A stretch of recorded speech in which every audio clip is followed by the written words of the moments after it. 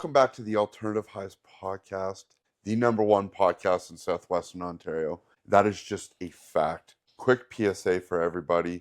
85% of you who watch this are not subscribed, so please just hit that subscribe button. And with that, on with the show. Today, my guest is someone very special to me, very near and dear, someone I love, someone I cherish, someone I'm excited to spend time with every single day. She's my partner. She's my girl, Jennifer Haney. Now, I asked Jennifer a couple months ago, maybe a couple weeks. Time is just flying by right now. But I had mentioned to her that it's funny how when you're in my pictures, how much more views I get. And she said that she would love to help me do any of my stuff, whether it be my posts or it be my podcast. And to me, that just was so crazy that you're so kind enough to want to help me do something like that. Yeah. It's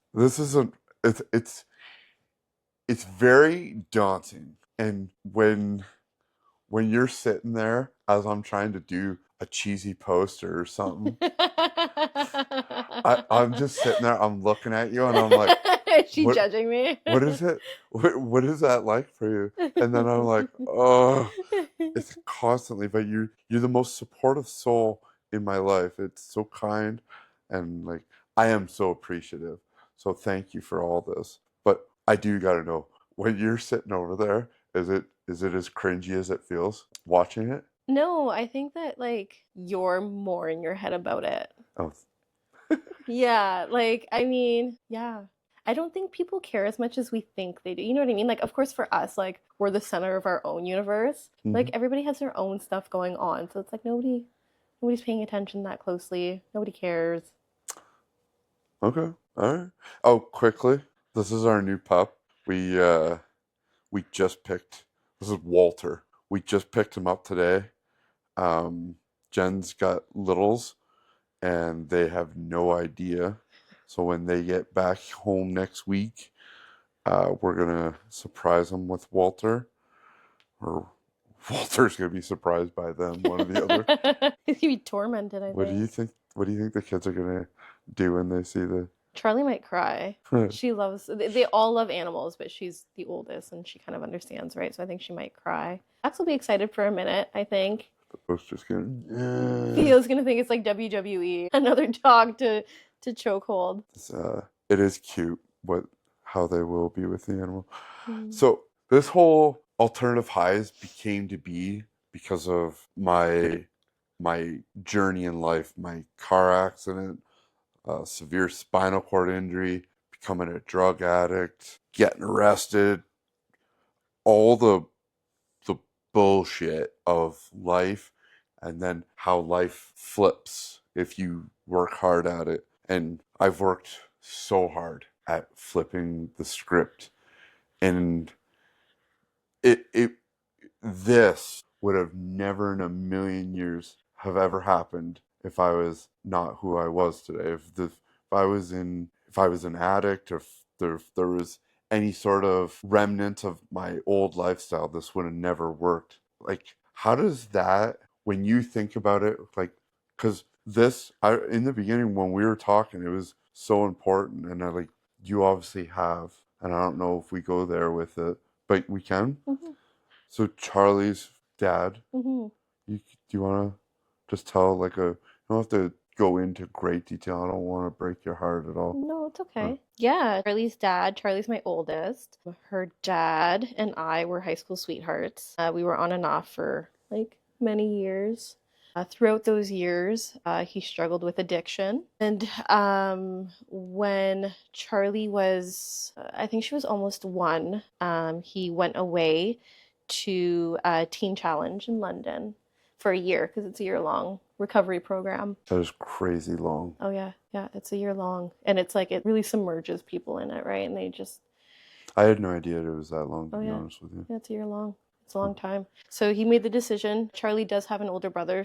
Joel decided to kind of focus on healing, which is what he needed to do. Charlie would go visit, and I'm sure Mason did as well, her older brother. Mm-hmm. And I think it was maybe a couple months after he graduated from the program, which he like I'd never seen him so healthy. Like he was like working out, his skin was like glowing, like he was just so healthy. Mm. And unfortunately, because when he graduated from the program, he went right back to the environment that he was in before. And so he got back into the scene and passed away in 2020. So Charlie would have been So 5 years ago, 4. 4, maybe not even. She wasn't even 4. She was 3. She was turning 4 that year. Poor baby. Yeah. And like, were you guys together at the time or off again? No, we weren't together at the time. It was really hard to be in that situation. With a little? With a little. That's the thing, right? Like I loved him, I cared about him, But you had to protect Charlie. exactly, her safety had to come first, and it was becoming a not so good situation for her. So we couldn't be in that situation anymore, unfortunately. Yeah, it's so sad. I appreciate you sharing that story. And I didn't know how we would go into it, but I know how important for us to be together, how important my sobriety is. Absolutely. And it's something because every day is such a fight.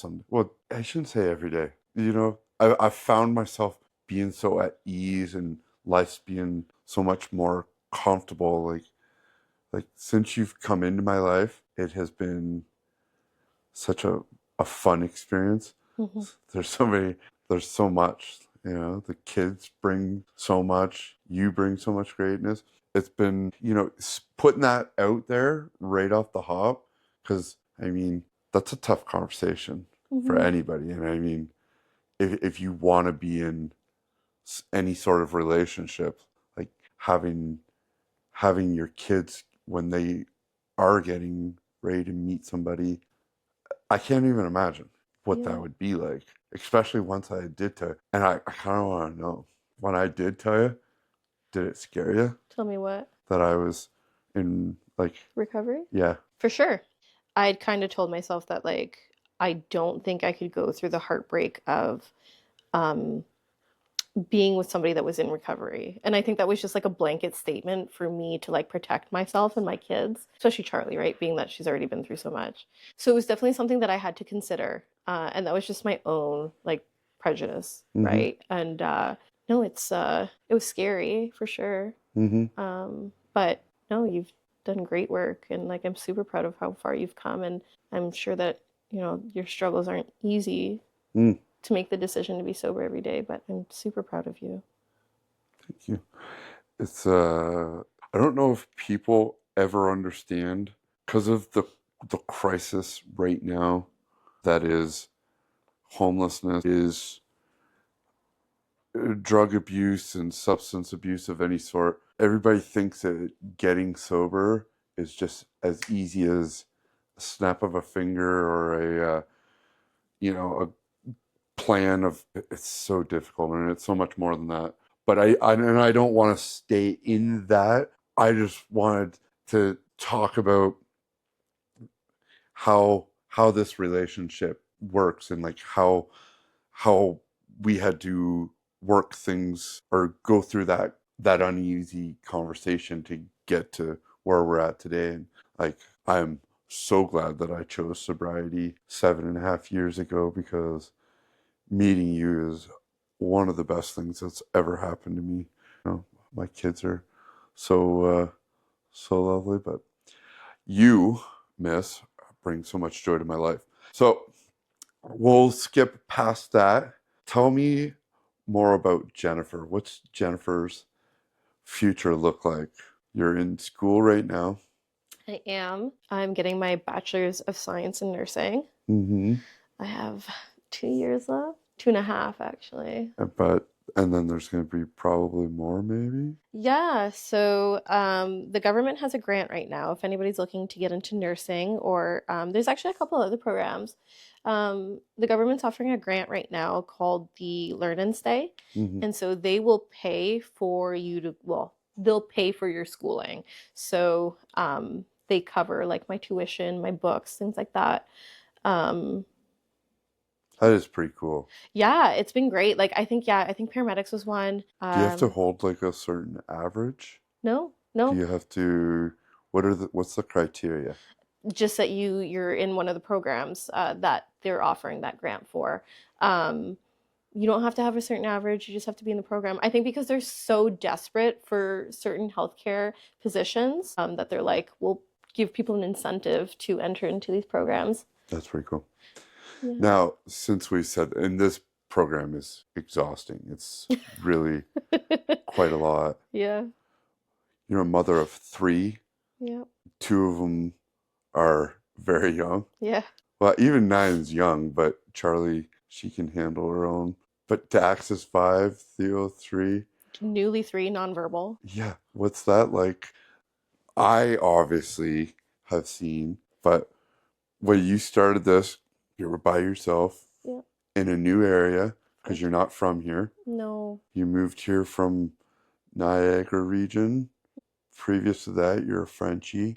So what was that like coming down to a brand new area and trying to navigate freshly, I don't know how we word this, singlehood while raising three littles? Yeah, I mean, it was really difficult. I don't know how I did it. The first year, um, I'm obviously in full-time schooling.